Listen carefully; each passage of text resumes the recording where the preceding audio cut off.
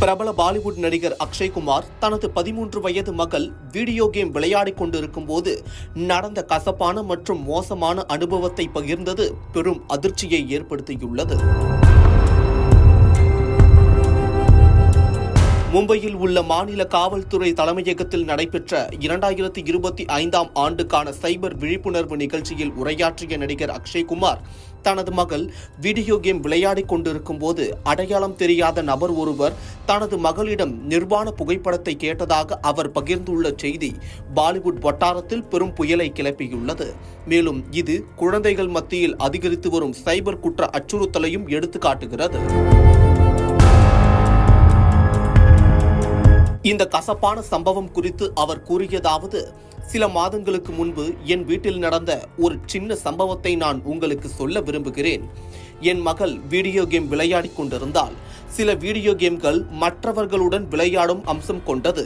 அப்படி அடையாளம் தெரியாத நபர் ஒருவருடன் ஆன்லைனில் விளையாடும் போது மெசேஜ் அனுப்பும் வசதியும் கொண்டதாக இருக்கும்.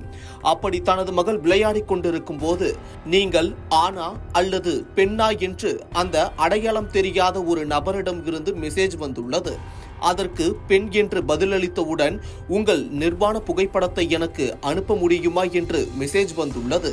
உடனே தொலைபேசியை சுவிட்ச் ஆஃப் செய்து தனது மனைவியிடம் கூறியிருக்கிறாள். இப்படிதான் விஷயங்கள் ஆரம்பமாகிறது. இதுவும் சைபர் குற்றத்தின் ஒரு பகுதிதான் என்றார்.